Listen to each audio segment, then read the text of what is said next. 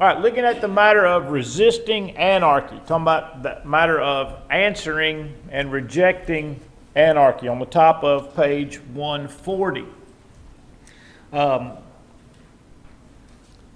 Paul writes to Titus in Titus chapter 1, and by the way, this is oftentimes overlooked, but verses 10 and 11 of Titus chapter 1 are in the immediate context of the eldership and the qualifications of the eldership.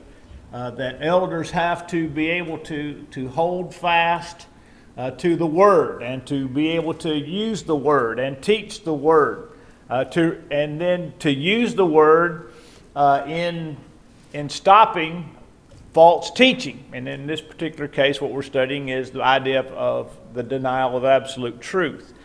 It says, For there are many rebellious men, empty talkers and deceivers, especially those of the circumcision, who must be silenced because they are upsetting entire families, teaching things they should not teach for the sake of sordid gain.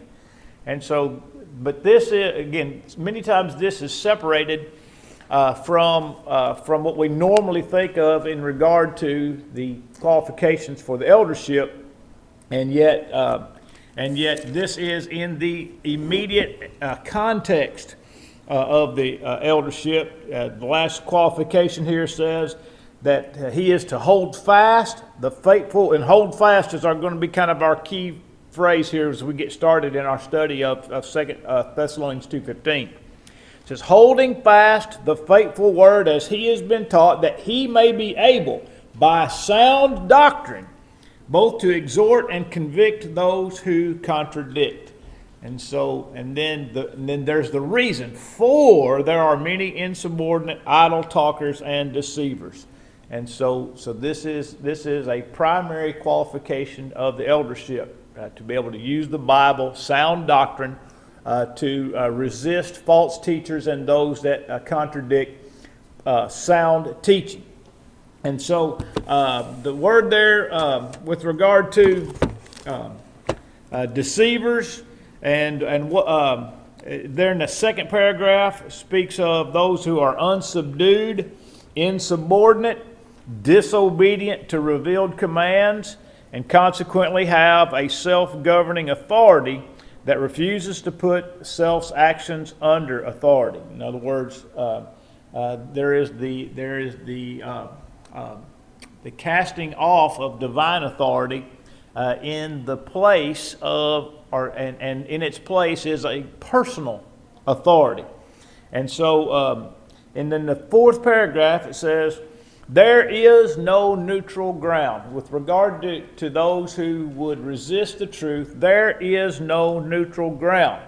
There is no common ground upon which a ceasefire agreement can be reached so that all can live in peace. In other words, the battle to maintain sound doctrine is a continual one. In other words, there is never going to be a time when Christians do not have to be on guard against false teaching, and not necessarily that it would arise in this place, but it could, and history tells us that it has. And if we learn from history, we learn that such may well happen again, perhaps in our lifetime. But there is never a time when Christians are not to be on guard and ready to deal with the matter of spiritual anarchy or the rejection of divine authority. Now, the verse that we're going to look at this morning in detail is 2 Thessalonians 2 and verse number 15. So let's turn there.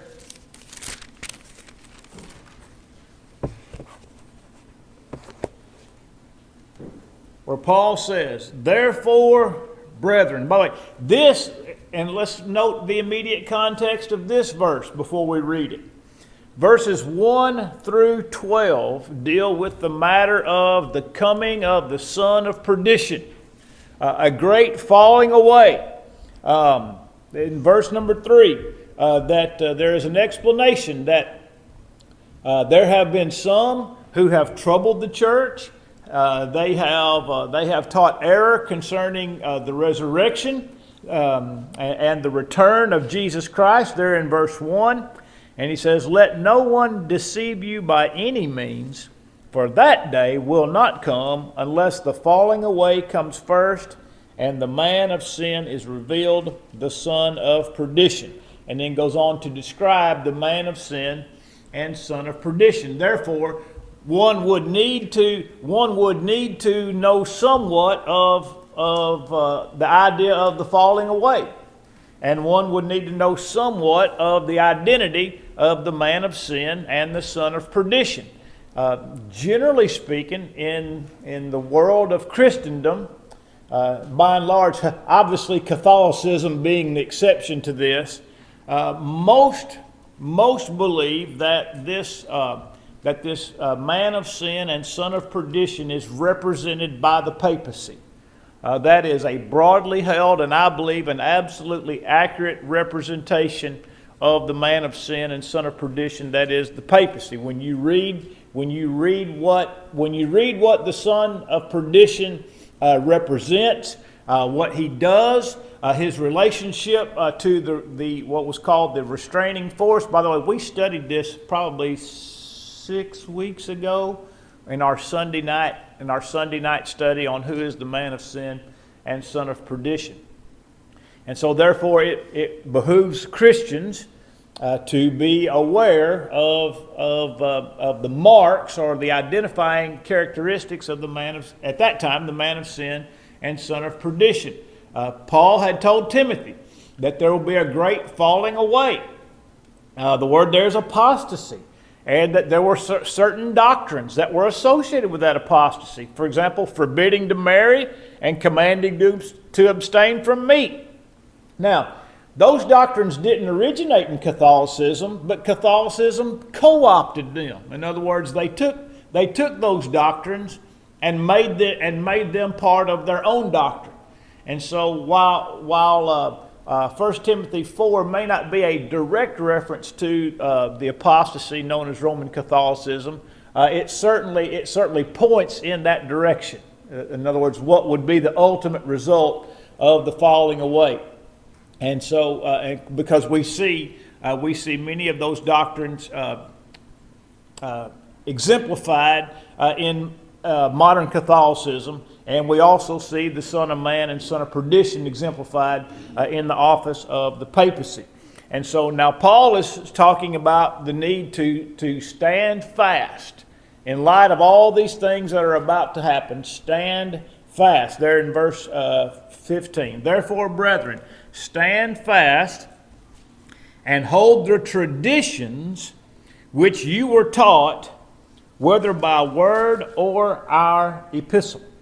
So we're going to break this particular verse down into its component parts and looking at how the Thessalonians were to resist anarchy as a pattern for us today on how we can resist the same. Note at the bottom of page 141, the opening line, stand fast. Stand fast. The word is stako, as it's given here in the bottom of page 141. Now turn over to the top of page 142. The word means to be unmoved, to be stationary, or to persevere. Now, this word is found in a number of other texts. I believe about a dozen or so times in the New Testament. Paul used it probably more than any other New Testament writer. But just to give you an idea of what is entailed in this idea of standing fast, open your Bibles to 1 Corinthians chapter 16 and look at number 13. 1 Corinthians 16, verse number 13.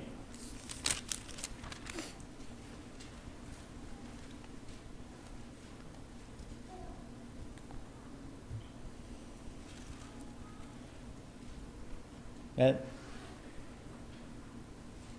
I've got a New King James in front of me, and I'm gonna read it, and then somebody that's got something else is going to read it. All right? 1 Corinthians 16:13. Watch, stand fast in the faith, be brave, be strong. All right? Anybody got a King James Bible in front of them?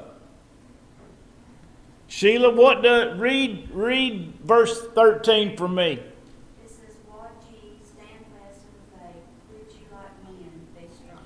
Quit ye like men. Quit means to acquit, not quit like be a quitter.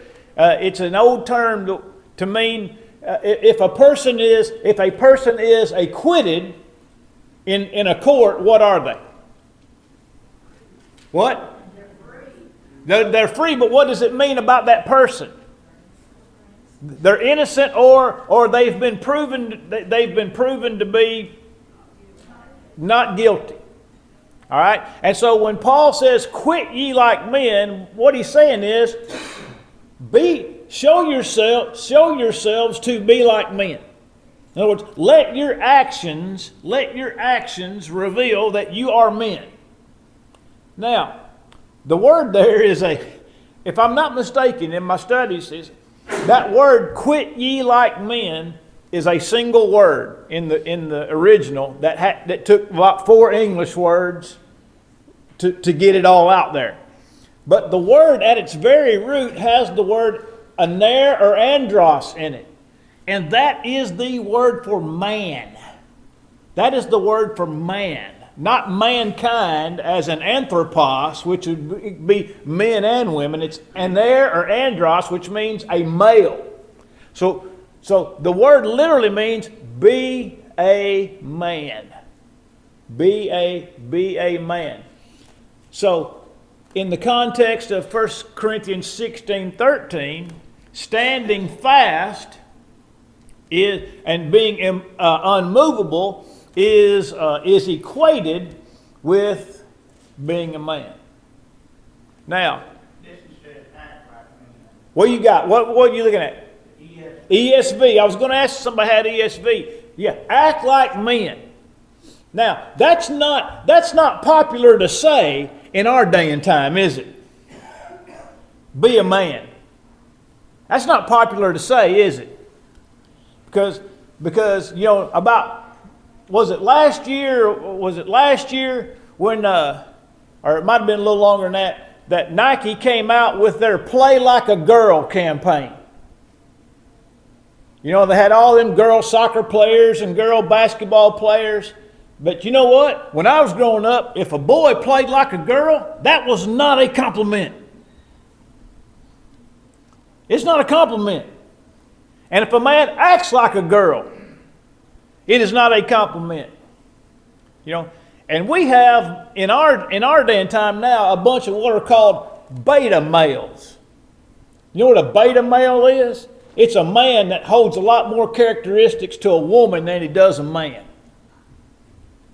All right? We need more alpha males in our society. We need more alpha males in our homes. We need more alpha males in the church. We need men who act like men, and there's no shame in telling a man to act like a man and quit being a woman. You get running around these guys all caught up in their feelings and this and that, and ain't got a spine to them. I mean, that's just killing our society, and it's killing our young men because so many of them do not have a real male role model. Paul said, stand fast and act like a man. Act like a man. Which, by the way, bravery to me, I understand they're saying, although I don't know what's in the mind of the translators who said be brave. The word, like I said, the word there, like you read, act like a man. Act like a man. And so this idea of standing fast is connected to the idea of bravery and what we might refer to as manliness. Then note, turn in your Bibles to Philippians chapter 1. And we're going to look at this stand fast in Philippians chapter 1.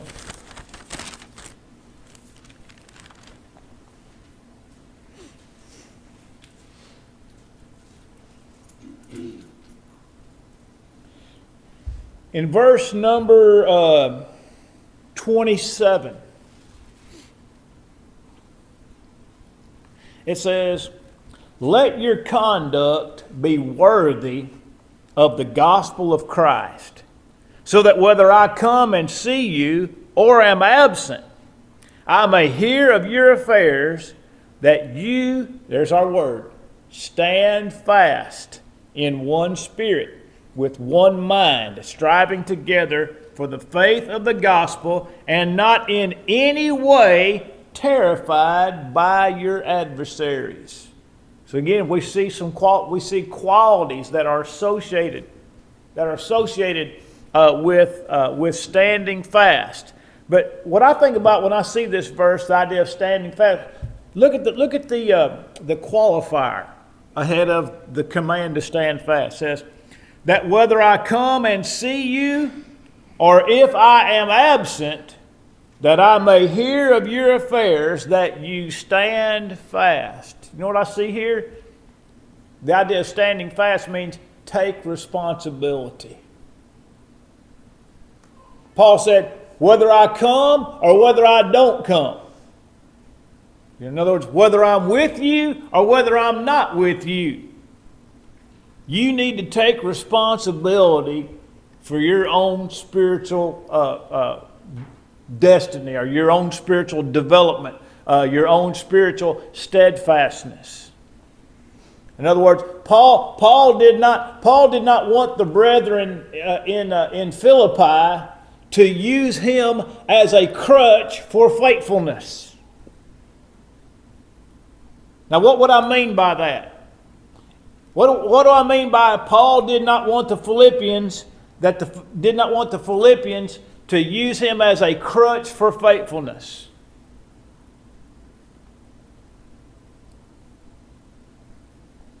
Any thoughts? Look down to chapter 2, verse 12, same book, Philippians.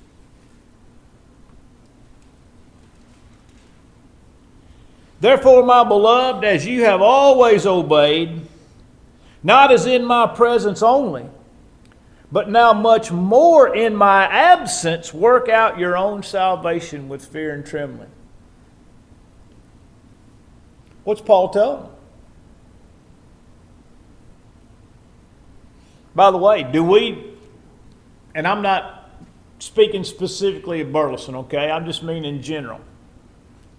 Because I've seen it for a long, in 30 years of the work that I've done, I've seen it in numerous places. It's not peculiar to any place or any person. But some so-called Christians will only be faithful if their spouse is faithful. In other words, if my spouse doesn't come, I don't come. But if my spouse will come, I'll come. If my spouse will come to Sunday school, I'll come to Sunday school. If my spouse will come on Wednesday night, I'll come on Wednesday night. But if my spouse doesn't come to Sunday school, or my spouse doesn't come on Wednesday night, then I'm not going to come. Now, you see that crutch? Somebody using their spouse as a crutch. As long as I've got my spouse to lean on, I'll be there. But I can't stand on my own 2 feet and do what I know is right on my own. I also, a lot of people use their preacher as their crutch. Oh yeah, I hadn't even thought about that, Lisa, but you're right. People. That's what I think of when I read that, is they were so dependent on him. Mm-hmm. And I see that with some congregations, if their preacher leaves, sometimes. Oh yeah. Yeah, a church, if a preacher leaves, the church suffers in a way that because people go elsewhere. In other words, they're converted to the guy that preaches to them, but they're not converted to the Lord. And that's exactly right. Listen, I know a couple that moved halfway across the country because the preacher left and went halfway across the country.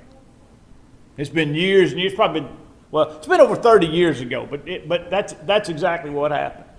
They loved the preacher so much that when he left the congregation and went, literally over 1,700 miles away, they packed up and moved 1,700 miles so they could go to church and hear that guy preach. And so that's obviously, that's the worst case of preacheritis I think I've ever heard of or witnessed. But the idea of standing fast means that I'm going to stand on my own 2 feet and I'm going to be faithful. If my wife is sick, I'm still going to be there. If my wife or husband becomes unfaithful, I'm still going to be there. I'll never forget what B.A. Armstrong said about a couple one time. And this has been a long time ago. But here's what he said of them. He said if one of them stubbed their toe, the other one has to miss church and stay home and rub it. That's what he said about them.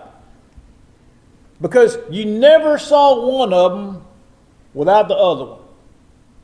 In other words, if they both weren't going to be there, neither one of them was going to be there. But that was exactly what he said. If one of them stubbed their toe, the other one had to stay home and rub it. That is not standing fast. That is not standing fast. So the idea of taking responsibility there in Philippians 1 and verse 27. In Galatians 5 and verse 1, Paul says, "Stand fast, therefore, in the liberty wherewith Christ has made us free, and do not become entangled again in the yoke of bondage." Now, Paul's writing to these Galatian brethren, and they are obviously of Jewish background. You can start right there in chapter 3 and work all the way through Galatians chapter 5, and you see this is obviously a group of Christians with a Jewish background. And so Paul is saying, you've left Judaism for Christianity. Judaism left you in the yoke of bondage, particularly the yoke of sin, because sin could not be ultimately remitted through Jewish practice. He says, stand fast in Christianity and don't allow yourself to be drawn back in to this inferior system. And then in verse 7 of that same chapter in Galatians 5, he says, "You did run well. What hindered you that you should not obey the truth?"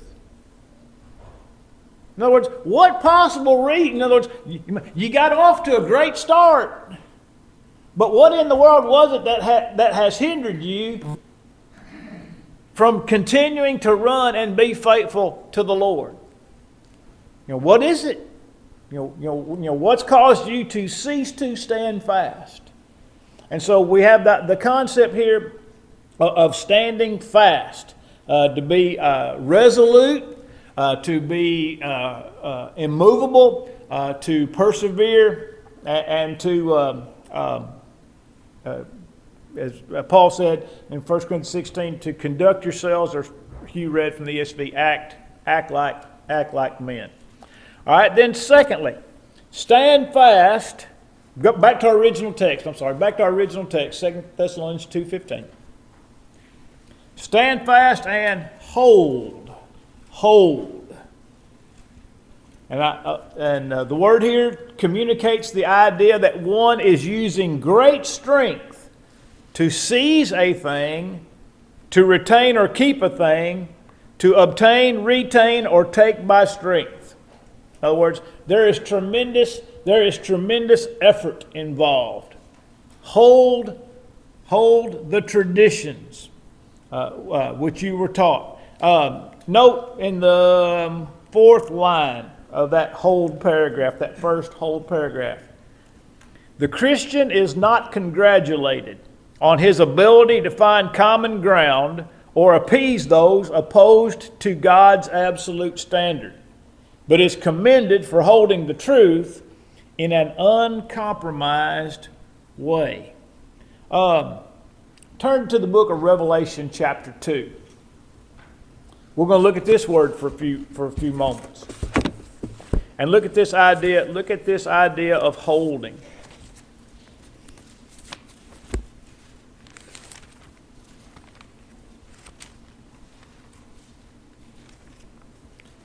And what we're going to see in Revelation chapter 2 and in chapter 3 is that this word hold is neither positive nor negative in and of itself.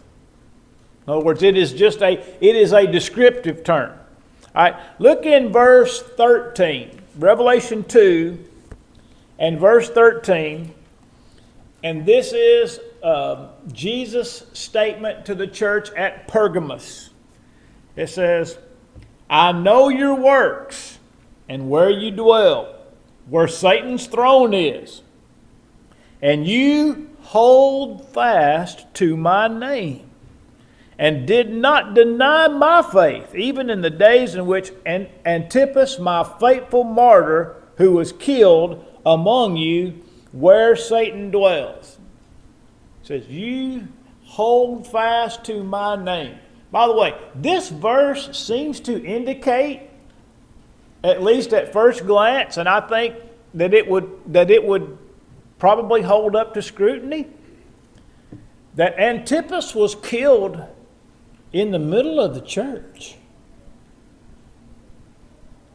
That whatever was going on at Pergamos, the persecution of the church at Pergamos, again, just looking at what the verse says, it says, you held fast my name, did not deny my name or my faith, even in the days in which Antipas, my faithful martyr, was killed among you. Among you. You know, 1 Peter chapter 5, shepherd the flock which is among you. Now, again, I can't prove that it was done like in the assembly itself, but it appears as though that it was done in view, at least in view of some of the members of the church there at Pergamos.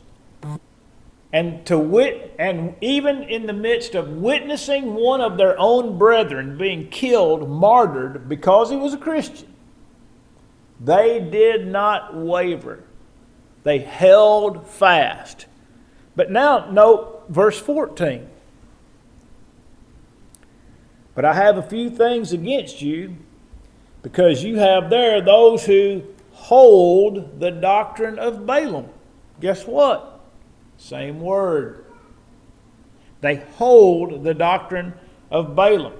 What's the doctrine of Balaam? Well, Balaam taught Barak to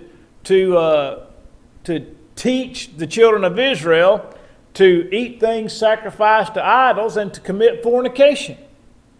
Remember, Balaam blessed the people of Israel 3 times. But then after all that was said and done, he went back to Barak and said, even though I've blessed them, here's what you can do. You know, here's where they're vulnerable. Here's where they're vulnerable. And so some were holding the doctrine of Balaam. And then look at verse 15. Thus you also have those who hold the doctrine of the Nicolaitans, which thing I hate. What do we learn here? We learn that some people will hold to error with great resistance and with every fiber of their being. Because the word is the same in verse 13 as it is in verse 14 and as it is in verse 15.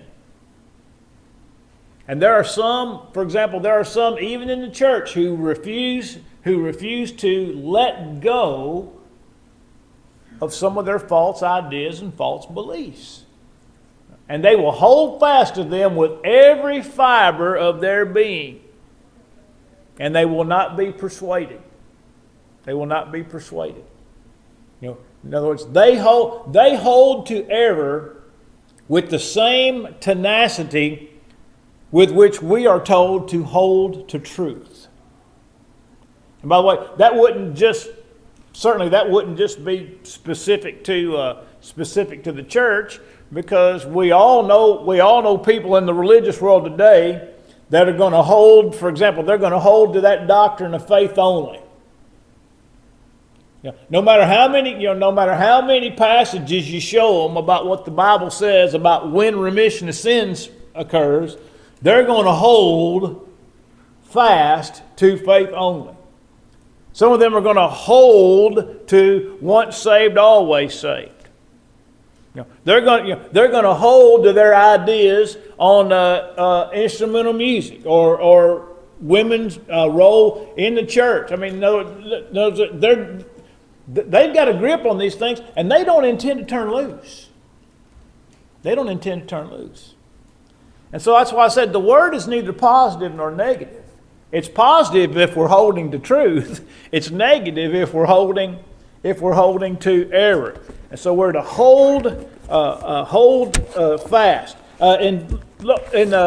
Just very quickly, in Revelation 2 and verse 25, to the church at Thyatira, Jesus said, "Hold fast what you have until I come." And then in chapter 3 and verse 11, "Brethren, I am coming quickly. Hold fast what you have, that no one may take your crown." Now that tells us that we can hold on to the truth and nobody can take it from us. Right? Nobody can take our faith from us. No one can take our faithfulness from us. That's why Jesus said Jesus talked about his sheep. He said, "And no man is able to pluck them out of my hand." Now, the wrong way to think about that is that once you're saved, you're always saved. But this text tells us that we're to hold fast what we have so that no one takes our crown. So what can I do to lose it? What can I do to lose it? Let it go. If I'm commanded to hold it, it implies that I can, as Dwayne said, if I'm commanded to hold it, then it necessarily implies that I can let it go. And if I can let it go, I can be lost. And so it's my choice. It's my decision. It's my diligence and determination to hold on to what I have and not let it go, because I can do either one. I can do either one. So hold the traditions. Let's go to that. We got just a little bit of time. Let's go to the idea. Hold the traditions. In my first work as an associate in O'Fallon, Missouri, there was, by the way, it was a majority of the members there hated the word tradition. They hated it. They hated everything there was about tradition. To them, tradition was a 4-letter word. And they hated the idea of tradition because they misunderstood what the word meant. They were confusing tradition with traditionalism. And there's a difference. Traditionalism means that I take a thing that has been done, but I hold it to be the only way that things can be done. For example, I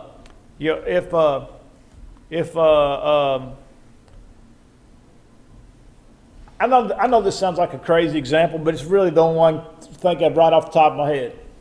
You know, what if we change the order of worship? And there's nothing in the Bible that says that we have to worship in a certain order, right? But through the years, I've seen people that could get upset about a thing like that. But you got to do it this way. You got to have the Lord's Supper before the preaching, or you got to have the Lord's Supper after the preaching. That way, if somebody responds, then they'll be in the right frame of mind so that they can take the Lord's Supper. So you have to have the Lord's Supper after the preaching. And that's the way you got to do it. Or it makes them uncomfortable to do it some other way. That's traditionalism. That's holding fast to a practice which is neither good or bad in and of itself, but holding that practice has to be done that way. You know, in Mark chapter 7, the Pharisees found fault with the disciples of Jesus because they didn't wash, it says, because they ate with unwashed hands. And it says that the Pharisees and the Jews washed their hands in a certain way. And literally the word there means with the fist. In other words, when they washed their hands, they used their fist. In other words, they would grind the soap into their fist like this to make sure that they got their hands clean. And if you didn't do it that way, guess what your hands were? Dirty. In other words, if you don't wash your hands the way we say you got to wash your hands are dirty. That's traditionalism. Okay, that's traditionalism. And this group in O'Fallon, they hated everything about what they thought was tradition, and yet the Bible speaks very favorably in this verse. Hold fast the what? Traditions. Now, just like the word hold is neither good nor bad in and of itself, neither is the word tradition good or bad in and of itself. For example, in this verse that we're reading in 2 Thessalonians 2:15, is tradition a good word or a bad word? Is it good or bad? It's good. Paul says hold fast to it. So it's got to be good. But turn with me back to Matthew chapter 15.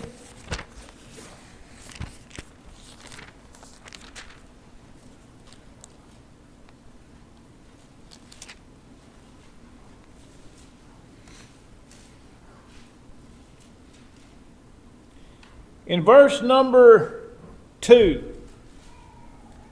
the Pharisees came to Jesus and says, "Why do your disciples transgress the tradition of the elders? For they do not wash their hands when they eat." Jesus said, "Why do you transgress the commandment of God because of your," what? Tradition. So in this case, is tradition a good word or a bad word? It's a bad word. In other words, it has a negative connotation to it because their tradition contradicted the commandment of God. So the word tradition is neither good nor bad in and of itself. Context determines usage and meaning. But like I said, when I was in O'Fallon, and it wasn't very long, I wasn't up there very long. But I just kept hearing all this about tradition. You know, and they were so anti-tradition that they didn't even want to have the worship assembly the same way twice in 2 weeks. You know, we can't do it the same way this week as we did last week, and if we do it 3 or 4 weeks the same way in a row, guess what it becomes? Tradition. So guess what they did? They made a tradition of doing things differently every week.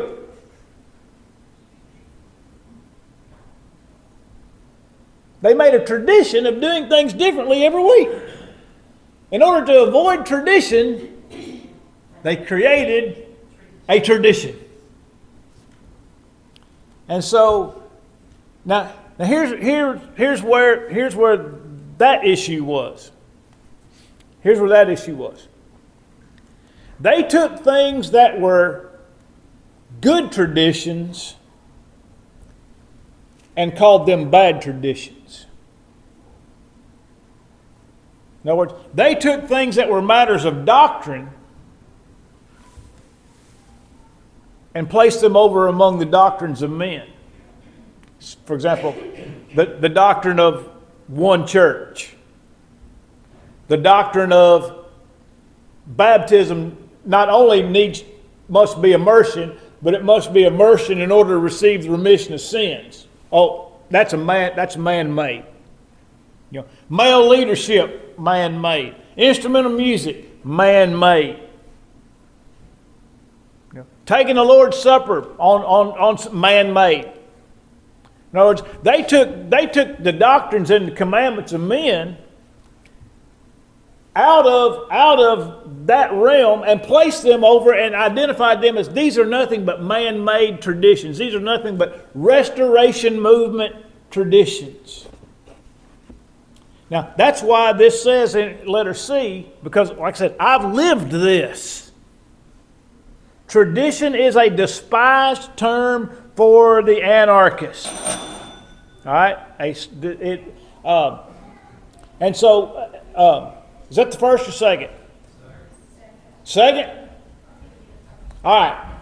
We'll stop there then. Sheila and I both thought it was the first. I didn't hear the first one. Oh, I see the time now. All right, I got it.